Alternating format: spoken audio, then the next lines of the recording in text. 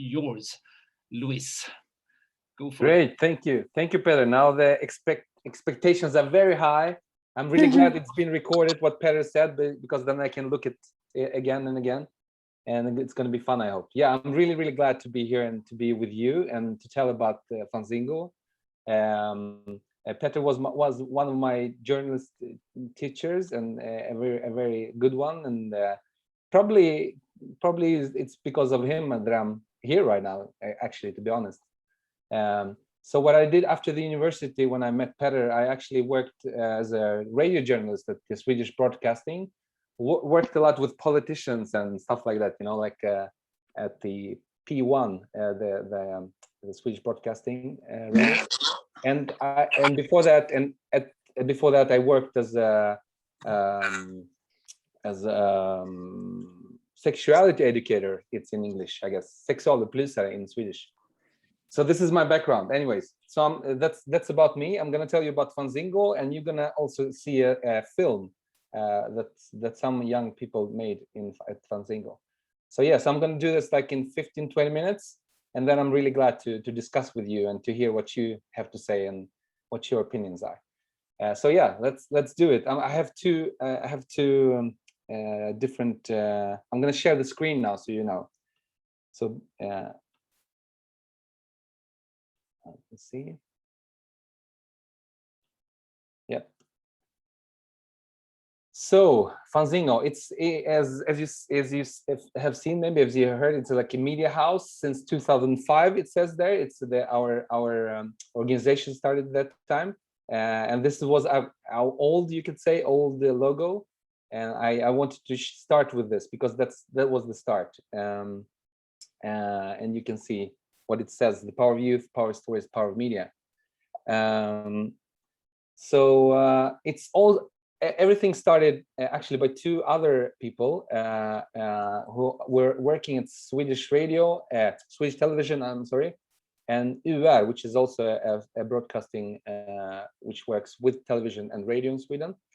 And they were working with young people and doing programs for young people and children. But they wanted to involve the young people and children more into making productions with them. So they invited a lot of gifted young people to the television and tried to do some shows with them.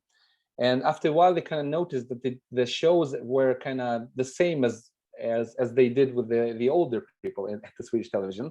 So they kind of thought maybe it's something wrong with this place, it's in the walls.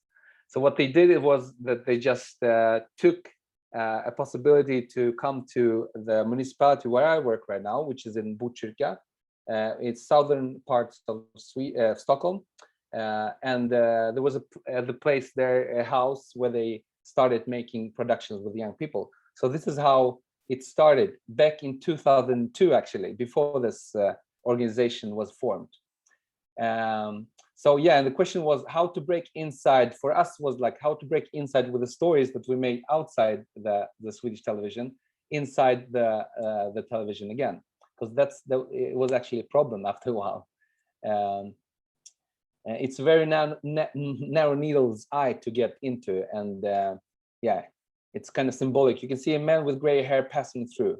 Yeah. So our founder, one of our founders, Stina Balkfors, this is what she said: Fanzingo's mission is to turn upside down the rigid power structure in the media institutions in Sweden. Our goal is to blast the narrow needle's eye that leads into the media and create the possibility for new storytellers to reach out with their ideas. And this was back in 2006, actually. So yeah, so we do have freedom of speech in Sweden as in Finland and other Nordic countries. We know that, yeah, and we're really happy for that. But does everybody has something to say? Do we have some kind of fair share of speech, or I mean, at least try to get the fair share of speech? We don't think so, and this is why we are working with what we do.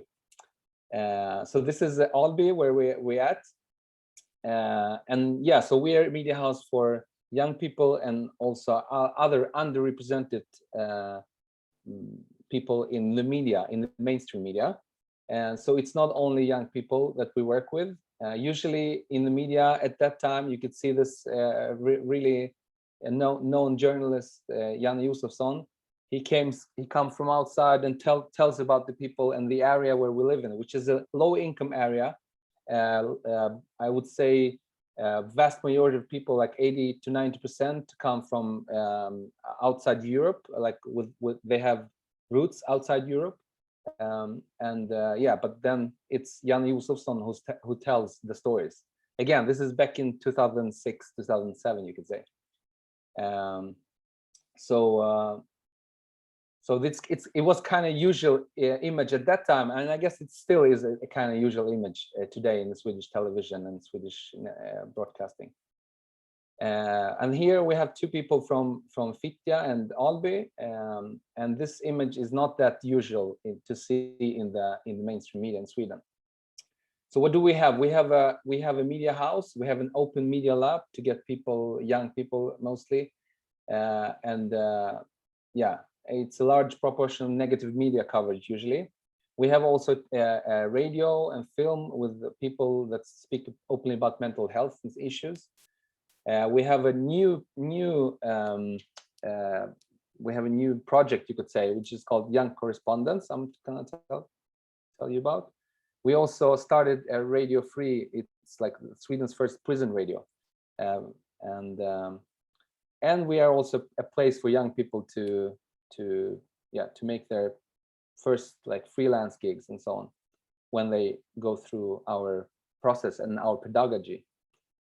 So this is the house actually from the outside. You can see it. It's 2 stores. Like when we started, it was only like a small space in that, but now after a while we took over all the house. It's about 250 square meters, I think, in Alby in Sweden. So we have cameras, we have studios, we have a music studio as well. It's a co-working space if you want to do some work with other people. We have a big screening room, like a small biograph in Swedish, like a small cinema. And we have pedagogical resources for the young people. Let me see, I'm checking the time. So I'm not, okay. I've been on for 7 minutes, good. I have halfway through. So let me see, yeah. And what we do, we have professionals like journalists or people who work with culture and media that help and work with young people and other underrepresented groups on their own story. So basically our pedagogy is, I usually call it like a process pedagogy, you could say, where we, if you're a young person or never been doing media, you kind of don't know probably where to start in a way to get to the mainstream media. Nowadays, after 15 years, everybody has like their own production company in their phone. But back in the day, it was harder to do media and to get it out. So this is what we helped out with, and yeah. So why does all this matter for us and for the young people, for the individual and for the society? We think it's yeah. And we actually, after a while, we started like after 5 years or something, we started looking at, okay, so what are we doing? How are we doing? And what do we see in this young people's journeys through our media house? And what we can see, and as I told you, we work with this process pedagogy or trust pedagogy, you could say. It means that, when you're a young person, you don't know where to go, what to talk about, how to get, how to make a film. We need a lot of trust, so you kind of gain in this model a trust capital, we say, on individual level. And when you have it with us, like we facilitate that in different ways, and by being us, I guess, being personal, you actually maybe want to make a film or want to make a radio show or something. And when you are done with that, you get some cultural capital, you could say, which you can show to other people and broadcast it maybe even. And in that way, you get some social capital, I guess. I don't know how familiar with Bourdieu, but we kind of steal that a bit from him as well. And then actually maybe you can even sell your product, or you can even get a job at Fanzingo and maybe some other places with the skill that you got. So you get some kind of financial capital even. But it doesn't stop there. Usually, you kind of stop there, but it's not like that, because you have also some kind of political capital after a while, because you see that what you say, it kind of changes things, and people listen to you, and you feel that you're being empowered, and you can also change the society. So you get this political capital on a societal level. And then hopefully you're coming back to us and you work as a pedagogue or a journalist in our house. This is what we see anyways. So this is some kind of a model that we try to create from what we do. So yeah, so I guess, let me see how much time I have. Yeah, so I guess what we get is that we get freedom of speech. We have fair share of speech also. We have active citizens, like young people who get active citizens. And we think we strengthen democracy by doing this. So this is basically what I wanted to I think I'm going to stop now, because I want to show you a film, and then now I'm going to share from another screen. Yeah, and the film is about 3-4 minutes actually, so be prepared for that. Okay, here comes the film.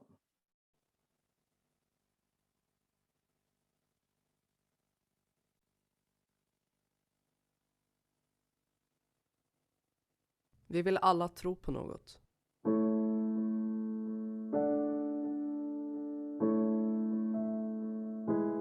Jag vill bara vara som jag är. Vilket jag också upplever att jag kan vara.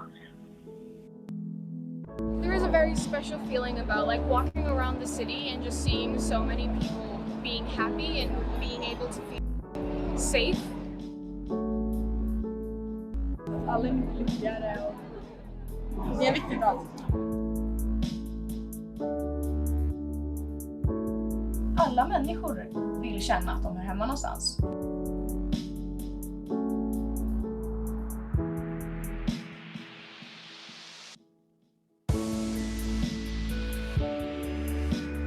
Det är viktigt för att känna sig accepterad.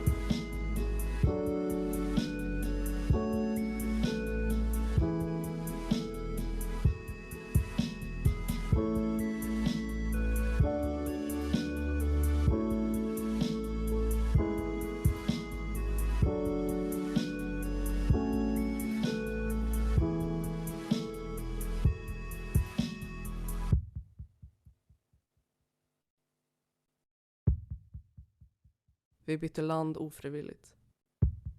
Vi fick de här kropparna ofrivilligt.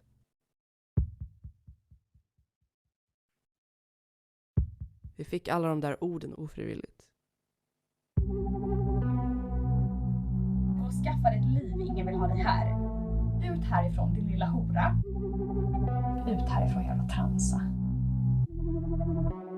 Du liknar en kille.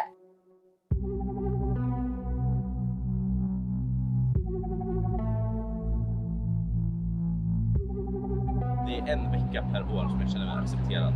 Och sen resten av veckan är det bara som vanligt.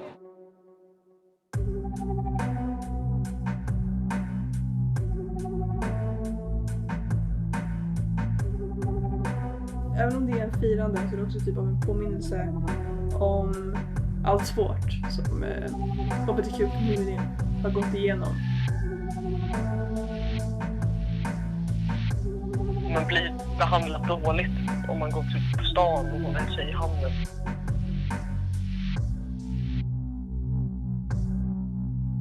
Det går inte att berätta våra historier utan våld.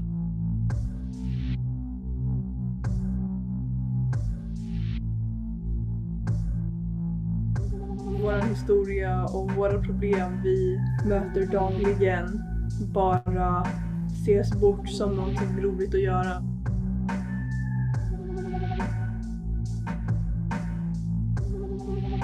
Även om folk säger att alla är accepterade i Sverige så är det inte så.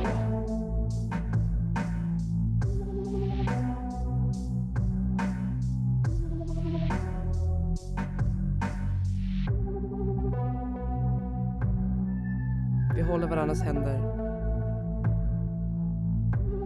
Håller varandras ryggar. För vad annars ska vi göra?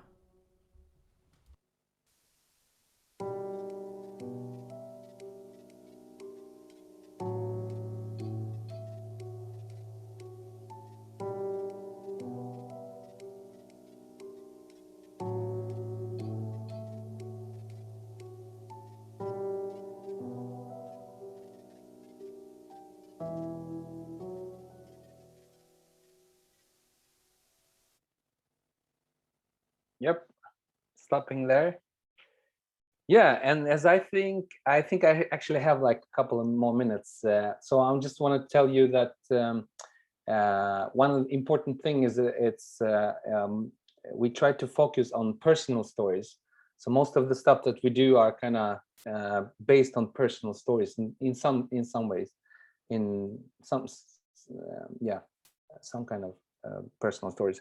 And this one was made during, we have a 3 weeks long what do you call it, like a summer job in the municipality, and we usually make a newspaper, like a magazine, which is called Schul. This one is from last year, and but we also do some films and some podcasts and so on. So this was made during 3-week period from what do you call it,